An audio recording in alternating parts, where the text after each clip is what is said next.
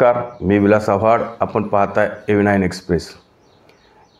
मित्रांनो, एक 7-8-10 महिन्यापासून आता लोकसभेच्या निवडणुकीच्या अगोदर म्हणा किंवा लोकसभेच्या निवडणुकीच्या नंतर म्हणा, अनेक गोष्टी आपल्याला चर्चा, मग मणिपूरमध्ये जे काही जाळपोळ असेल, मणिपूर अस्थिर झालं, मणिपूरमध्ये जातीय दंगली झाल्या, मणिपूरमध्ये हिंसा झाली किंवा तिथं काही अनुचित प्रकार घडले, लोकांच्या जनजीवन विस्कळीत झालं, महिलांवर काही तिथं अत्याचार झाले किंवा अनेक लोकांचे संसार उद्ध्वस्त झाले. या सगळ्या गोष्टी आपण पाहतोय. कारण मणिपूर यापूर्वी इंदिरा गांधी किंवा राजीव गांधी पंतप्रधान असताना सुद्धा या मणिपूरचा प्रश्न कधी सुटलेला नाही आहे. अनेक गोष्टी त्या वेगवेगळ्या अँगलच्या आहे. खरं तर त्या मणिपूरमध्ये मोठ्या प्रमाणामध्ये अफीम आणि त्या मोठमोठ्या शेत्या आहेत. या सगळ्या गोष्टीवर कंट्रोल गृहमंत्रालयाने केल्यामुळं ते सुद्धा लोक चिडलेले आहेत. माध्यमं वेगळे असतात, लोक आपल्यापर्यंत वेगवेगळ्या बातम्या पोचवत नाही. पण आता इकोसिस्टीम आहे. नरेंद्र मोदींना बदनाम करायचं, कारण तर मणिपूरमध्ये भारतीय जनता पार्टीचं सरकार आहे आणि एक हायकोर्टाचा निकाल 2 जातींच्या आरक्षणाच्या बाबतीत हायकोर्टाने देऊन टाकला. त्यानंतर 2 जातींमध्ये वाद निर्माण झाले आणि तिथून पुढं जो काही संघर्ष निर्माण झाला तो आजपर्यंत थांबायला तयार नाही. थोडाफार कमी झाला आहे. मधून अधून या सगळ्या गोष्टी होत असतात. खरं तर गृहमंत्रालयाने सुद्धा याच्यावर वॉच ठेवलेला आहे. देशाचे गृहमंत्री नेहमी येत जात असतात आणि बहुतांशी भागामध्ये आता शांतता आहे आणि 2-3 महिन्यामध्ये ती पूर्णपणे शांततासुद्धा येईल. पण विरोधक आपण नेहमी मणिपूरवरून देशाच्या पंतप्रधानांना टीकेचं धनी करतात. नेहमी राहुल गांधींनी बोलायचं की नरेंद्र मोदींना विदेश दौरे करायला वेळ आहे, मणिपूरला जायला वेळ नाही. कुणी तीनपाट प्रवक्ते काँग्रेसचे असतील किंवा अजून इंडिया आघाडीतील नेते असतील, मग ते अगदी तेजस्वी यादवच्या पार्टीतले असतील किंवा अखिलेश यादवच्या पार्टीत असतील, मणिपूरच्या बाबतीत बोलतात, ममता बॅनर्जींच्या बाबतीत बोलतात. आता मध्यंतरी ममता बॅनर्जींच्या राज्यात म्हणजे पश्चिम बंगालमध्ये एका ट्रेनी डॉक्टर महिलेचा रेप करून आणि तिचा खून करण्यात आला. ही गंभीर घटना आजही ती अगदी वळण वेगळं घेते. ममता बॅनर्जीचं सरकारसुद्धा यामध्ये अडचणीत आहे. आणि जेव्हा एखादी ट्रेनी डॉक्टर जर सुरक्षित नसेल आणि ज्या राज्याची मुख्यमंत्री ममता बॅनर्जी आहे, एक महिला मुख्यमंत्री आहे, आणि त्यांनी गुन्हेगारांना पाठीशी घालण्याचा जेव्हा प्रयत्न केला, आता आपण या सगळ्या गोष्टी बघितल्या का त्यांनी ते अक्षरशः आत्महत्या काय सांगितली. त्या बॉडीजवळ नातेवाईकांना जवळजवळ 12-13 तास जाऊ दिलं नाही. पोस्टमार्टम नंतर त्या गोष्टीची तक्रार दाखल होते, FIR दाखल होते, त्याच्यानंतर बॉडी लोकांना मिळते. आणि अशा पद्धतीचं राजकारण वेगवेगळ्या माध्यमातून होत असतं. तर मग आता आपण बघितलं की शरद पवारांचं राजकारण. आता शरद पवारांनी म्हणायचं महाराष्ट्राचा मणिपूर होईल. काय कारण आहे मणिपूर होण्याचं? आता जातीय गोष्टी खरं तर शरद पवारांनी इथं पांगवायच्या. बलात्काराचे मुद्दे कुठेही होऊ द्या, कुठल्याही जातीचा असू द्या, गुन्हेगार असू द्या, त्याला फाशीपर्यंत प्रत्येकाने पोहोचवलं पाहिजे. पण त्याच्यामध्ये राजकारण करायचं, जातीमध्ये राजकारण करायचं, बलात्काराच्या अँगलमध्ये पीडिताची जात बघायची, मग बोलायचं, सिलेक्टिव्ह बोलायचं, किंवा जो कोणी नराधम असेल, गुन्हेगार असेल, त्याची जात बघून सिलेक्टिव्ह बोलायचं. आणि शरद पवारांनी पश्चिम बंगालच्या बलात्कार पीडितेच्या बाबतीत किंवा न्याय देण्याच्या बाबतीत बोलायचं नाही, किंवा काँग्रेसच्या कुठं सरकारमध्ये काही भ्रष्टाचार झाला तिथं बोलायचं नाही. पण बाकी मणिपूर का जळते? आता मणिपूरमध्ये जो विषय तो आपण पहिला सांगितला, पण मग आता यांना पश्चिम बंगालमध्ये जायचं नाही आणि तिथं ममता बॅनर्जींना पण विरोध करायचा नाही. पण वेगवेगळ्या माध्यमातून महाराष्ट्रामध्ये ज्या जाती आणि मराठा समाजाचं जे काही आरक्षण त्याच्यामध्ये पेट्रोल टाकण्याचं काम करायचं आणि नेहमी ओबीसी आणि मराठा जात ही पेटवत ठेवायची.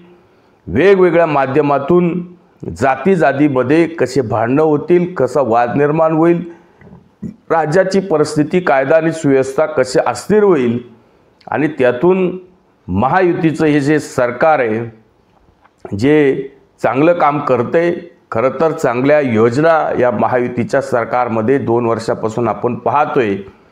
आता विधानसभेची निवडणूक समोर आहे. लोकसभेला अनेक खोट्या गोष्टी महाविकास आघाडीने किंवा या इंडी आघाडीने देशामध्ये राज्यामध्ये पसरवल्या आणि त्याचा फायदा घेऊन इंडी आघाडीने महाराष्ट्रात महाविकास आघाडीने जास्तच्या जागा निवडून आणण्यामध्ये त्यांना यश आलं. आता त्याच धर्तीवर अनेक गोष्टी महाराष्ट्रामध्ये विधानसभेच्या निवडणुकीत या सगळ्या गोष्टी अनेक गोष्टी पसरवल्या जाणार आहे. अनेक गोष्टी खोट्या पसरवल्या जाणार आहे, कारण खोटं हे गावभर इंडून येत असतं आणि सत्य बाकी बाहेर यायला किंवा लोकांपर्यंत जायला अनेक दिवसाचा काळ लागतो. आणि हीच गोष्ट लोकांपर्यंत हे खोटं पसरवण्याचं काम करत असतात. शरद पवार सारख्या आता 90च्या घरामध्ये जाणाऱ्या ज्येष्ठ नेत्याला खरं तर ही गोष्ट शोभत नाही. खरं सांगायचं नाही, मणिपूरची परिस्थिती काय, बांगलादेशाची परिस्थिती काय ही आपण लोकांपर्यंत सांगायची नाही. फक्त चिथावणीखोर वेगवेगळं बोलायचं की महाराष्ट्राचा मणिपूर होऊ शकतो, पण का होऊ शकतो त्याचा काही समजा जर तशी परिस्थिती निर्माण झाली तर तुम्ही त्यामध्ये तुमचं आग लावण्यामध्ये तुमचं योगदान काय, किंवा तुम्ही आग विझवणार आहे का? मराठा आणि ओबीसीमध्ये वाद होऊ शकतात असं आपण म्हणत नाही, होणारच नाही. पण त्याच्यामध्ये तुम्ही जी काही थिणगी टाकली जरांगे पाटलांच्या माध्यमातून, ती थिणगी तुम्ही विझवणार आहेत का? पण तुम्हाला ती विझवायची नाही आहे. तुम्हाला त्यावर राजकारण करायचे, राजकीय पोळ्या भाजायच्या आहे. तुम्ही निवळ राजकारणासाठीच जरांगे पाटलांना या सगळ्या सुपारीचा कार्यक्रम दिला आहे. मराठा समाजाला खरं तर शरद पवारांनी 4 वेळा मुख्यमंत्री होऊन सुद्धा कवडीचं मराठा समाजासाठी काम केलं नाही आणि ते करणार नाही. कारण त्यांनी स्पष्टपणे सांगितलं की मी ओबीसीमधून मराठा समाजाला आरक्षण देण्याच्या विरोधात आहे. या सगळ्या गोष्टी आपल्या बोलून झाल्या, 100 वेळा झाल्या.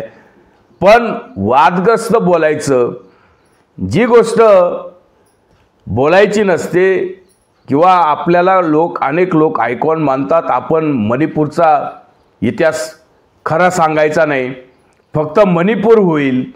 मणिपूरमध्ये हिंसा चालू आहे म्हणजे महाराष्ट्रामध्ये तुम्हाला हिंसा करायच्या आहेत का? तुम्हाला महाराष्ट्र पेटवायचा आहे का?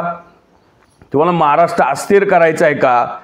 किंवा तुम्हाला लोकांच्या गोरगरिबांच्या संपत्तीवर डल्ला मारायचा आहे का? सभेचे खासदार आहोत, आपलं वय पाहता आपण ह्या सगळ्या गोष्टी विझवण्याच्या बोलल्या पाहिजे.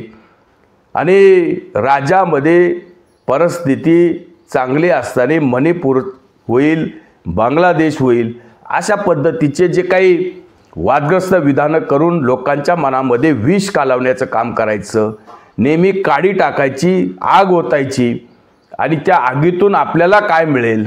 आपल्याला कदाचित आता सुप्रियाताईंना मुख्यमंत्री करायचे, खरं तर शरद पवार भावी राहिले ते भावीच राहिले.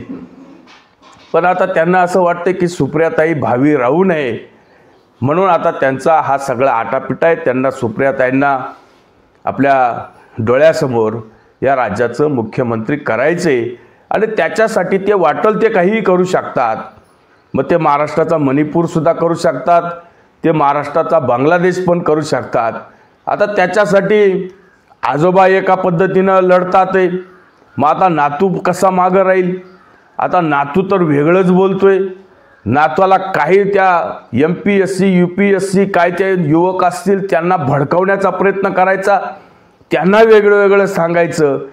आता खरं तर महाराष्ट्र सरकारच्या विरोधात युवक वगैरे कुठेही भडकलेले नाही, पण यांनी बाकी रात्रीचे दिवसाचे घंटे मोजायचे, लोकांच्या पोरांच्या कुठल्याही कार्यक्रमामध्ये न बोलवता जायचं आणि तिथं युवकांचे माथे भडकवायचा कार्यक्रम करायचा।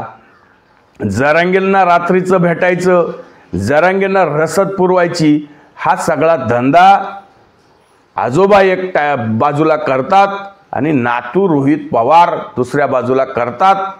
या दोन जे काही प्रकारचे जे काही आपल्याकडं विषवल्ली आहे, हे महाराष्ट्राला अस्थिर करण्याच्या पाठीमागे आणि यांना यांचं राजकारण करायचं, यांना देश राज्य किती अस्थिर होतोय आणि याच्यासाठी किती लोकांचे बळी जातात, ते किती लोकांचे प्राण जातील किंवा किती लोकांच्या संपत्ती जाळायच्या आहे त्यांना, पण यांना यांचं राजकारण करून सुप्रियाताईंना या राज्याचं मुख्यमंत्री करायचे। त्याच्यासाठी ते काहीही करू शकतात किंवा महाराष्ट्राचा मणिपूर करू शकतात, महाराष्ट्राचा बांगलादेश करू शकतात।